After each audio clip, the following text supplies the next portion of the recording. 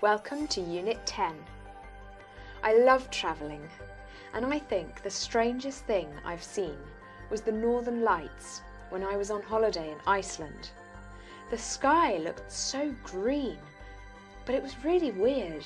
It was amazing. What's the strangest thing you've ever seen? Have you ever done something really unusual?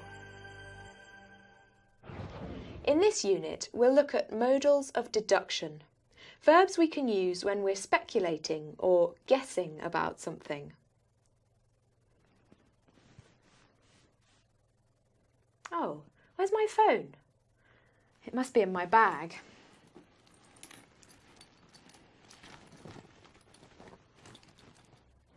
It's not here.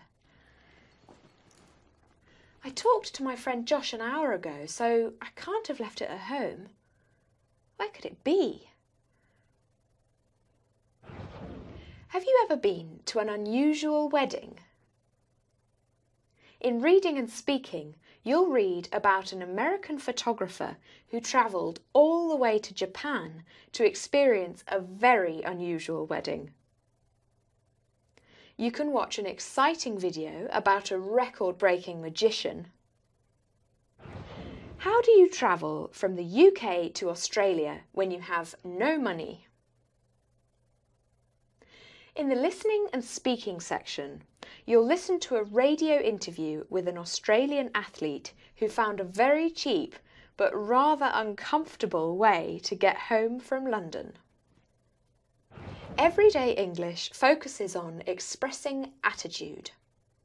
We'll look at useful words and expressions you can use to show your thoughts and feelings about what you're saying.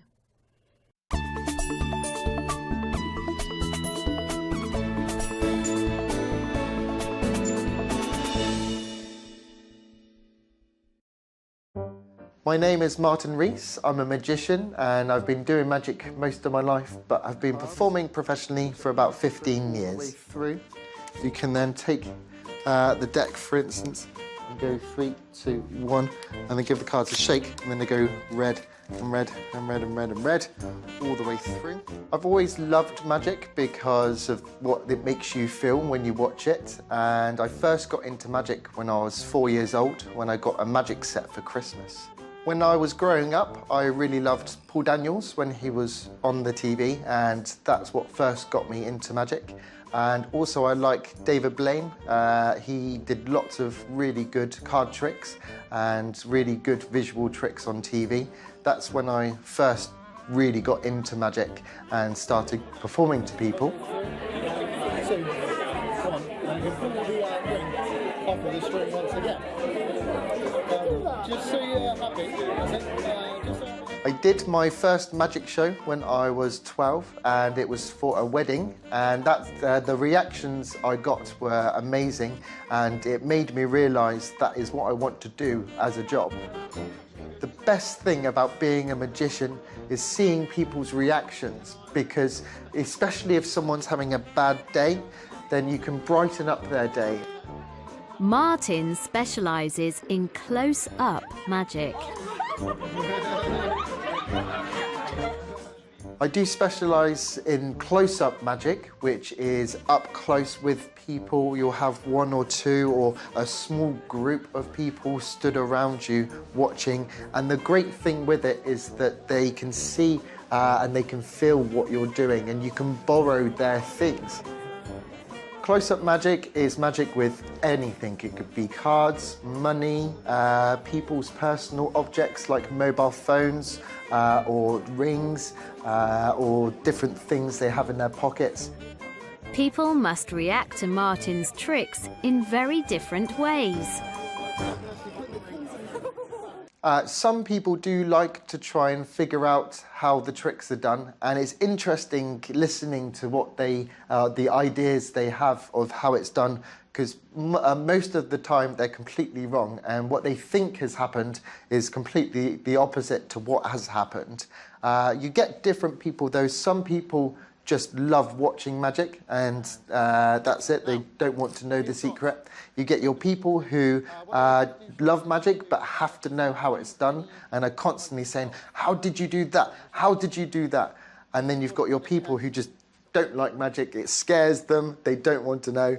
And yeah, they're the people who I like to impress the most, because they're a challenge, because they don't like magic, and I'd like to make them change so they do like magic.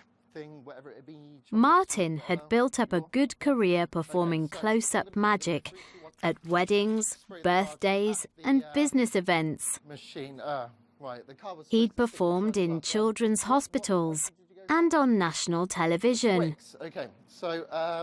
But this kind of success couldn't have been enough for Martin, because in 2016 he worked out a way of becoming a world record-holding magician. Inside the tricks, so if you open it up, there is a folded up playing card, and if you unfold that playing card and open it up, it is the two of spades in it. There we go. There we go. How about that?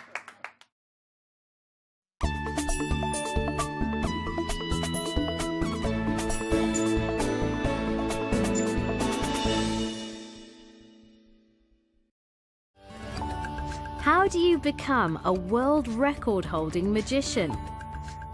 It can't be easy. Martin decided he didn't want to break another magician's record. He wanted to set a brand new world record. Something that he could do that no one had ever tried before. The idea for the world record started when I started working for a children's charity who go to Great Ormond Street and other hospitals. So initially I was going to do a sponsored skydive and do a couple of magic tricks on the skydive to show the kids in the hospitals. But as the idea grew, someone said, why not look and see if there's a world record that you can do? So I looked into it, and not many magic tricks have been done as a world record on a skydive. So I thought, well, why not do the most magic tricks on a skydive? It can't have been easy to practice for this record-breaking attempt.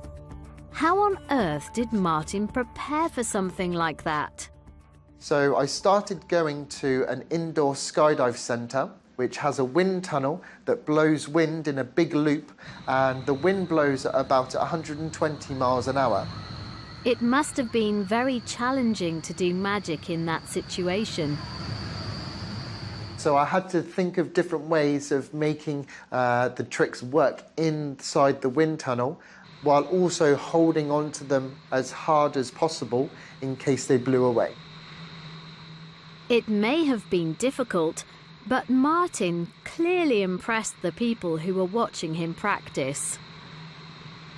The manager of the wind tunnel said, why not do a world record in the tunnel?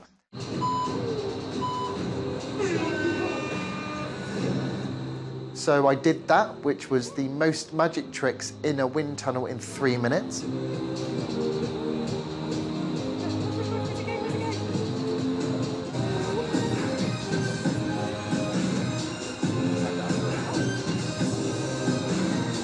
Hurry up, Mike.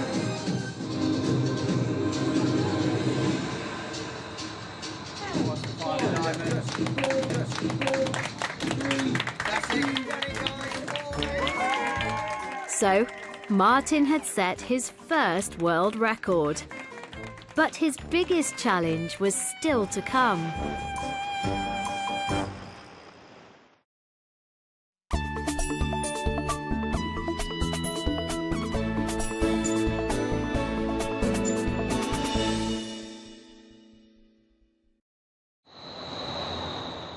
Throughout his training, Martin had always planned to attempt his world record skydive in August.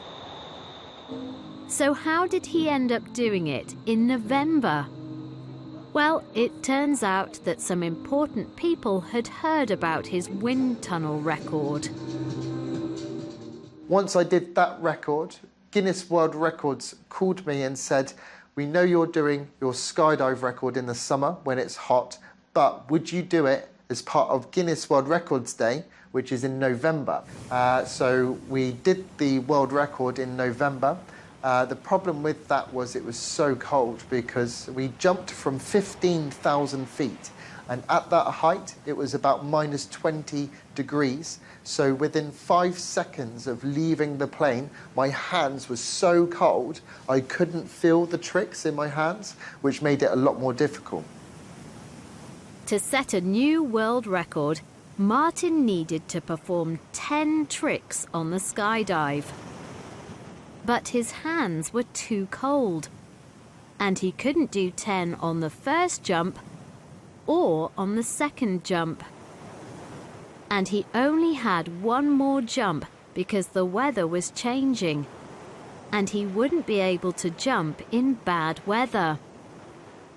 But after a couple of practice goes, I did do the record. I had to do a minimum of 10 magic tricks, and I managed to do 11 on the skydive. So Martin became a double world record holder, and he appeared in news reports around the world.